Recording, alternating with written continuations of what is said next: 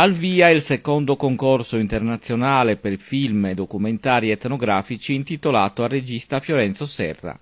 Un festival organizzato dal Laboratorio di Antropologia Visuale della Società Umanitaria di Sassari in collaborazione con la Cineteca Sarda e il Dipartimento di Storia e Scienze dell'Uomo dell'Università.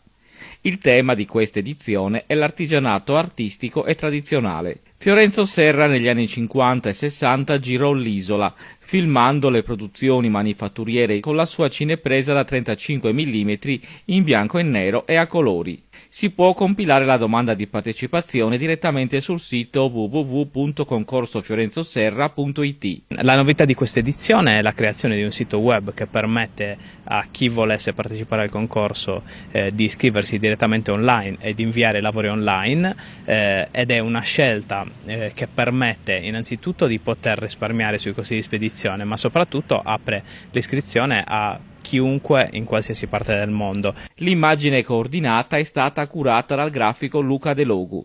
Una soluzione, quella del web, che ha registrato numeri positivi già nelle prime settimane del bando. Abbiamo già ricevuto una decina di documentari che arrivano dalla Turchia, dalla Russia, dal nord Europa.